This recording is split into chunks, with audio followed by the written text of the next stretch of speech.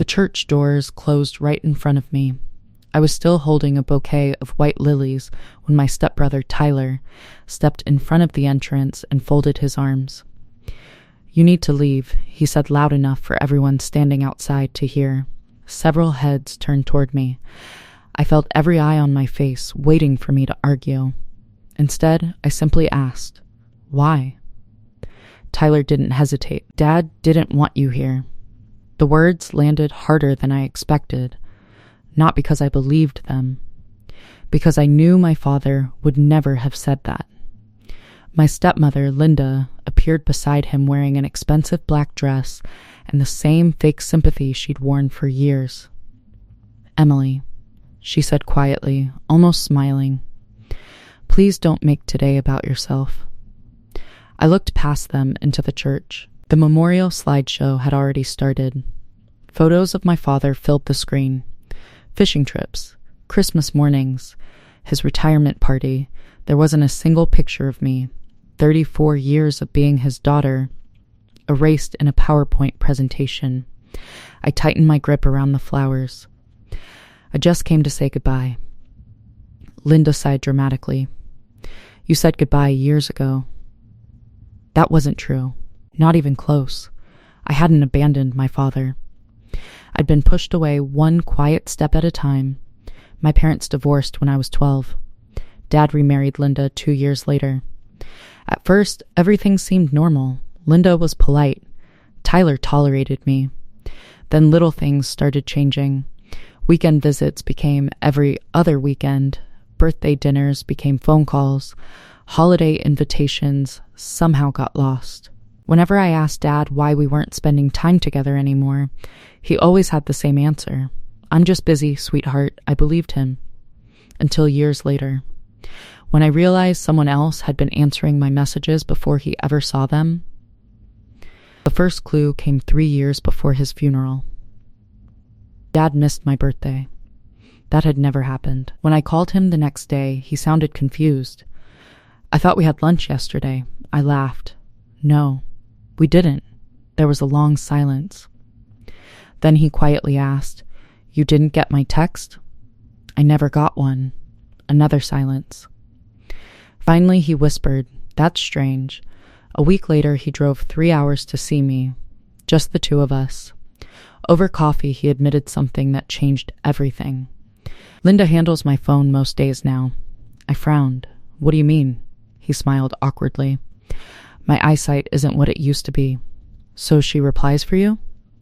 "Sometimes something didn't feel right, but I couldn't prove it." Not then. Over the next 2 years, our relationship quietly improved. Dad started calling me directly. He mailed birthday cards himself.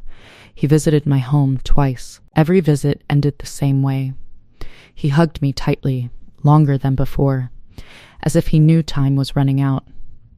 The last conversation we ever had happened just 9 days before he passed away. He sounded tired, but peaceful. "I love you, Emmy. I love you too. I need you to promise me something. Anything, no matter what happens." "Come," I smiled. "Of course I'll come. I mean it. I promise." Those were the last words I ever heard him speak. When the hospital called to tell me he'd suffered a massive stroke, I drove through the night. By the time I arrived, he was gone. Linda met me in the hallway. He passed peacefully. I asked to see him. She hesitated. "I'm sorry. We've already made arrangements." Everything happened so quickly that I barely had time to process it. The funeral was scheduled only 4 days later. Whenever I asked about helping, Linda always had an excuse. "We've got it handled. You don't need the stress. We know what your father wanted." Eventually, I stopped asking. I simply planned to attend, to say goodbye, to keep my promise, and now I wasn't even being allowed inside the church. Guests pretended not to stare, but they were listening. Every word. Linda lowered her voice.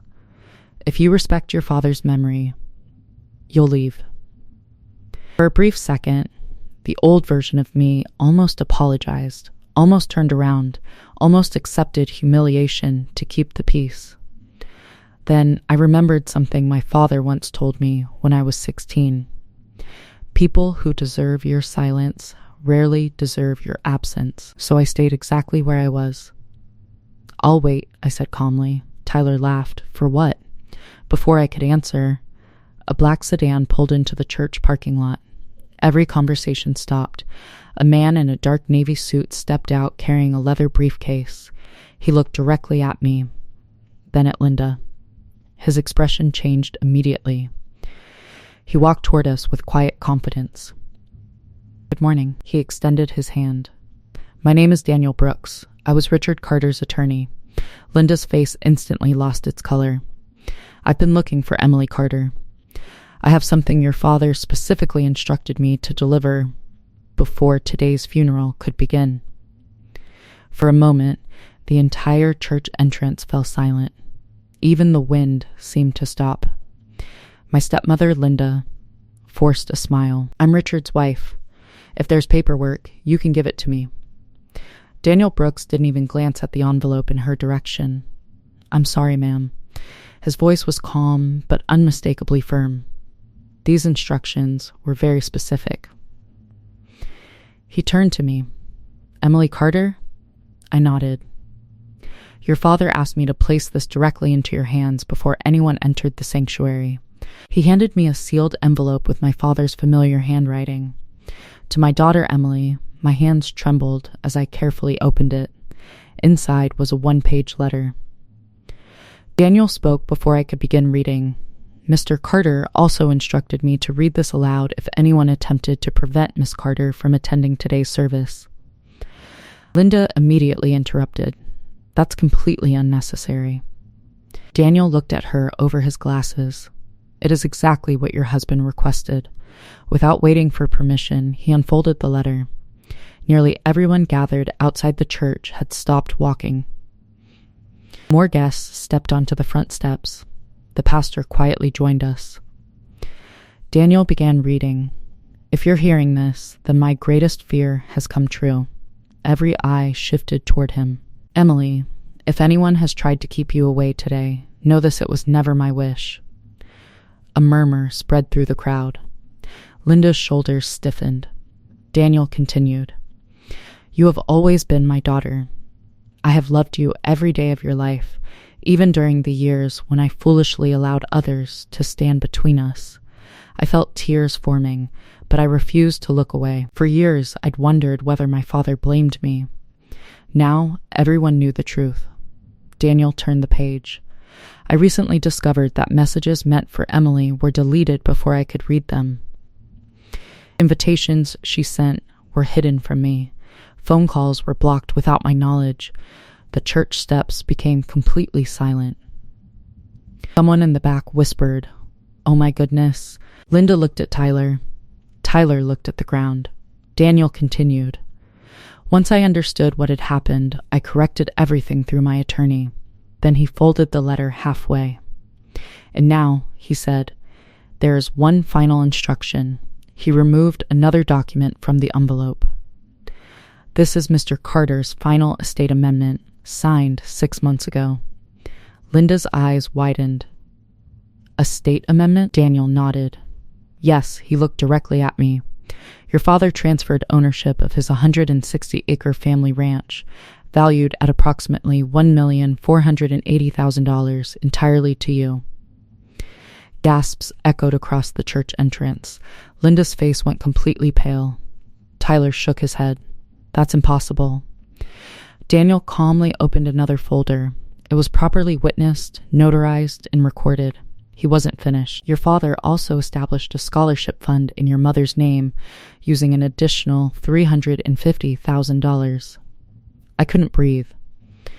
My mother had passed away nearly 20 years earlier. He hadn't forgotten her. He'd honored her. Then Daniel delivered the sentence that changed everything. The remainder of the estate has already been distributed according to the revised will. Linda interrupted. What remainder? Daniel answered without emotion. There isn't one. The silence that followed was almost overwhelming. Everything Linda had expected to inherit. The investments, The ranch, the savings, the family property. It had all been reassigned months before my father's death, legally, properly, without challenge. Linda stared at Daniel. He never told me. Daniel closed the folder. I believe that's exactly why he hired me. No one spoke. The same relatives who had avoided looking at me minutes earlier now looked at Linda with quiet disbelief. The pastor finally stepped forward. I think Richard wanted today to begin with the truth. Daniel nodded. I agree. He turned toward me. Miss Carter. Your father had one final request. He asked that you deliver his eulogy. I froze. I didn't write one. Daniel smiled gently. He did. He handed me another envelope. Across the front were 5 simple words. Only if Emily says yes. I smiled through my tears. Yes. A few minutes later, I stood behind the podium inside the church. The room looked completely different now. No one questioned why I was there. No one tried to stop me. I unfolded the pages my father had prepared. Then I looked up. I almost didn't make it inside today. The room became still. But my father believed truth deserved to be heard.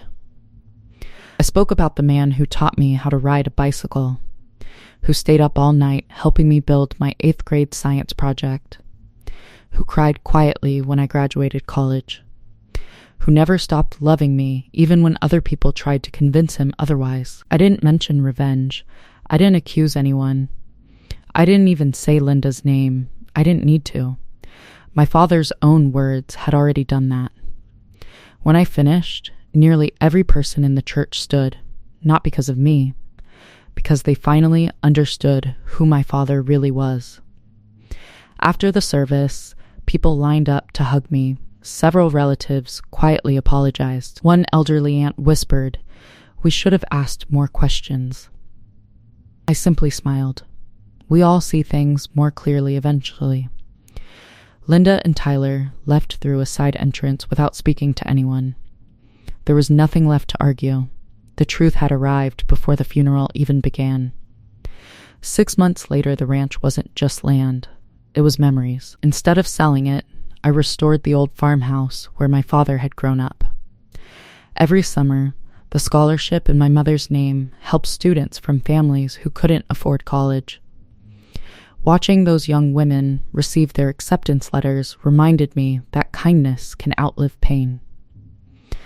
I also planted a small memorial garden near the oak tree where Dad and I used to sit. A simple stone read, "Love doesn't disappear.